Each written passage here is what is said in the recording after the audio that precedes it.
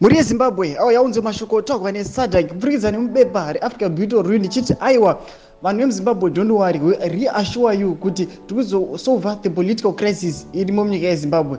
Muri Zimbabwe zvanzi kuunza hope kuna vagari vemuZimbabwe. Mashoko anonyogwa mubepa iri remuAfrica.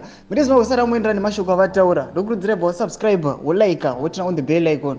Tambochana mabudets anokupa pano paZim News Live. Ndotononyora vachiti the SADC Executive Secretary, His Excellency Mr. Elias Mpedi, has reassured the people of Zimbabwe that SADC is determined to resolve the political crisis in the southern African country.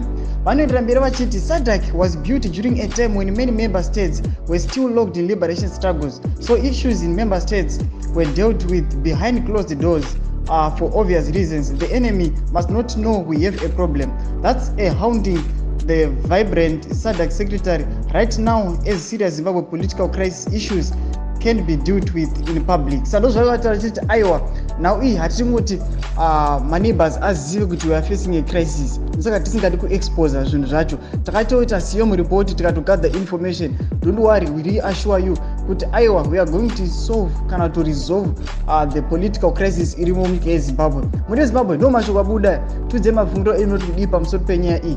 Pinda mcomment section medu musakangana kusubscribe, kulike, turn on the bell icon. Tirambochiona mabudets anokupa pano paZim News Live.